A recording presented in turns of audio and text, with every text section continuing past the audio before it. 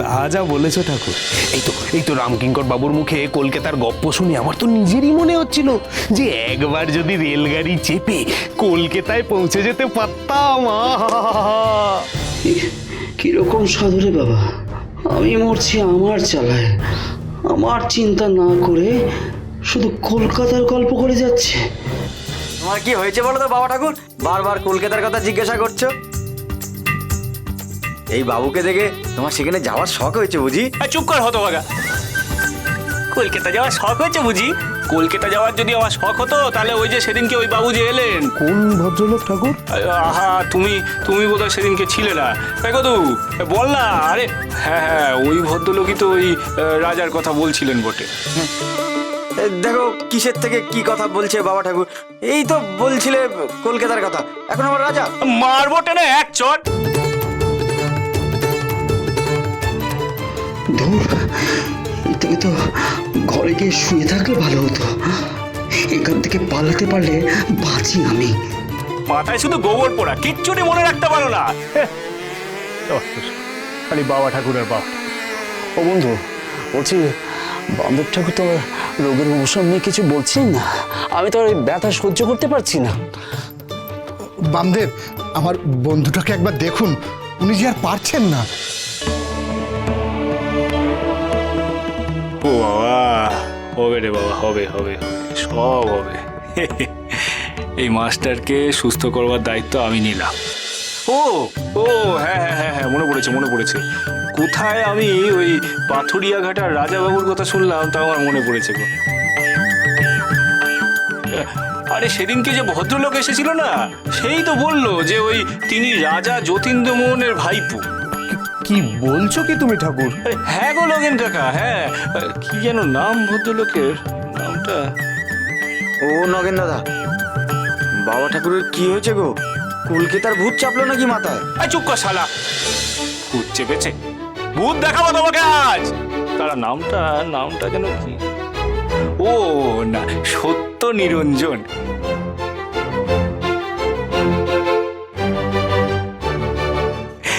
তো উনি বললেন যে ওই যতীন্দ্রমোহন বাবুর দত্তক নেওয়া পুত্রের বড় শরীর খারাপ,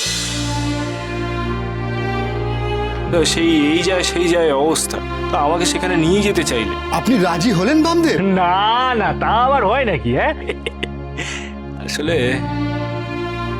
আসলে বড় মাকে ছেড়ে আমি একদম থাকতে পারি না। আর আমার বড় মাও আমাকে একদম কাছছাড়া করতে চায় না। বড় মাকে অতদিন না দেখে, বড় মার সাথে অতদিন কথা না বলে আমি থাকবো কেমন করে গো?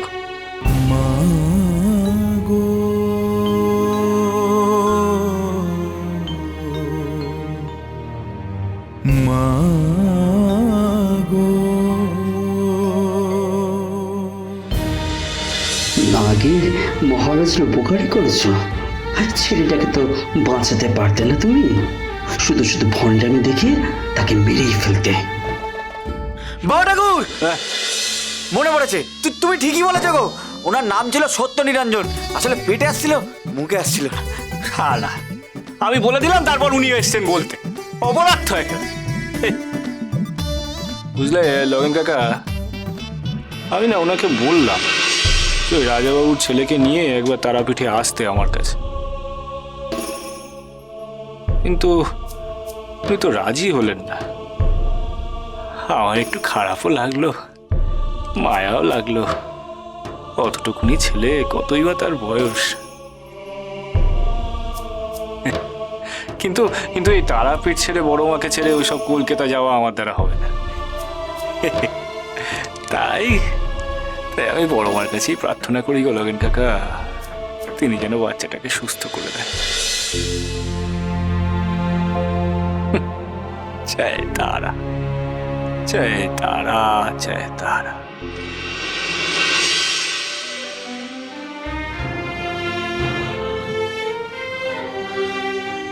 কি করি বলুন তো ঠাকুরমশাই? এই মুহূর্তে সত্য নিরঞ্জনের সাথে যোগাযোগ করার কোনো উপায়ও নেই। ঘরে ছেলেটার ওই অবস্থা, প্রদ্যুৎ কুমারের স্ত্রী আর মা খুবই ভেঙে পড়েছে। আমিও খুব অস্থির হয়ে পড়েছি। আমার একমাত্র সন্তান, তার এভাবে চলে যাওয়া আমি যে একেবারেই সহ্য করতে পারবো না ঠাকুরমশাই।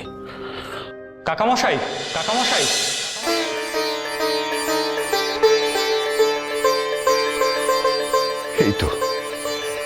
এই তো সত্য নিরঞ্জন চলে এসেছে। জয় তারা।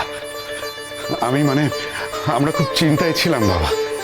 এবার আমাকে বলো তো, বামদেব ঠাকুরের সাথে তোমার সাক্ষাৎ হয়েছে তো? আগে হ্যাঁ কাকামশাই, ওনার সঙ্গে আমার দেখা হয়েছে, সব বলেওছি, কিন্তু এরপর আবার কিন্তু কিসের সত্য নিরঞ্জন?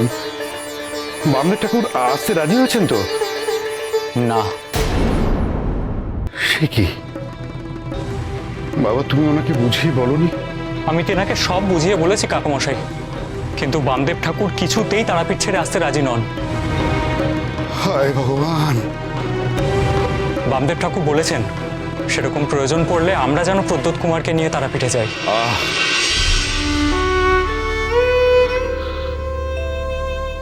সত্য, তেমন যদি কোনো উপায় থাকতো, আমি কি আমার ছেলেকে ওখানে নিয়ে যেতাম না?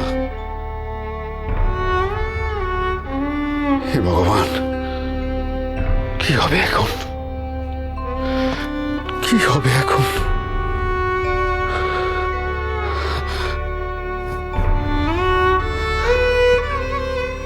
এভাবে চোখের সামনে নিজের ছেলের এই মৃত্যু যে আমি কিছুতেই সহ্য করতে পারবো না ঠাকুরমশাই।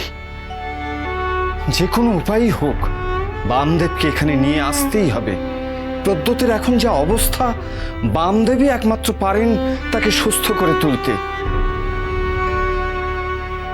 বামদেব এবং তার মা তারা আর লীলা ছাড়া প্রদ্যোতের জীবন বাঁচানো মুশকিল। উপায় বার করুন মহারাজ।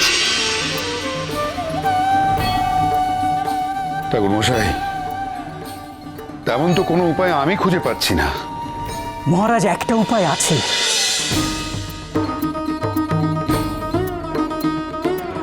উপায় আছে? উপায় আছে? বলো মিনি মাধব, কি উপায় আছে বলো। শুনেছি আপনার পরম মিত্র জমিদার বিনয় কৃষ্ণ মশাই বামদেব ঠাকুরের পরম ভক্ত। বামদেব ঠাকুর স্বয়ং তাকে স্নেহ করেন। উনি যদি বামদেব ঠাকুরকে অনুরোধ করেন এখানে আসার জন্য, তাহলে হয়তো বামদেব ঠাকুর এখানে আসতে পারেন। ঠিক, তুমি ঠিক বলেছো মিনি মাধব। আর বিলম্ব করো না, বেরিয়ে পড়ো। তুমি বরং ওনাকে সবকিছু বুঝিয়ে বলবে। আশা করি তোমার কথা উনি বুঝতে পারবেন। যে আজ্ঞে। শোনো মিনি মাধব, এখানে বামদেব ঠাকুরকে আনার সব ব্যবস্থা করেই কিন্তু যাবে। তোমরা বামদেব ঠাকুরকে নিয়েই ফিরবে। আর বিলম্ব করো না বেরি মাধব, বেরিয়ে পড়ো। তোমার উপরেই নির্ভর করছে আমার একমাত্র সন্তানের জীবন মরণ। আমি চেষ্টার কোনো ত্রুটি রাখবো না মহারাজ। আমি আসছি।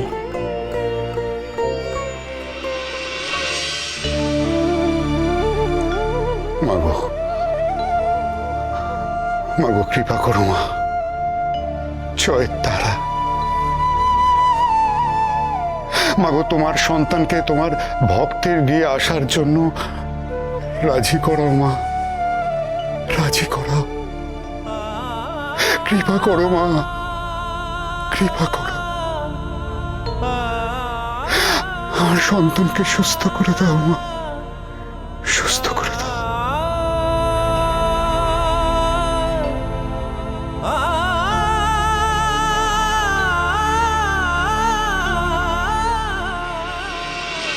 গরম চিমটে তোর পেটে ঢুকিয়ে সে ময়লা আমি পরিষ্কার করব। এই গরম চিমটে আমার পেটে ঢোকালে আমি তো মরে যাব। বললে মরবি, এমনিতেই তুই লোক তোকে মেরেই ফেলেছে রে মাছটা। বেঁচে থেকে কি লাভ?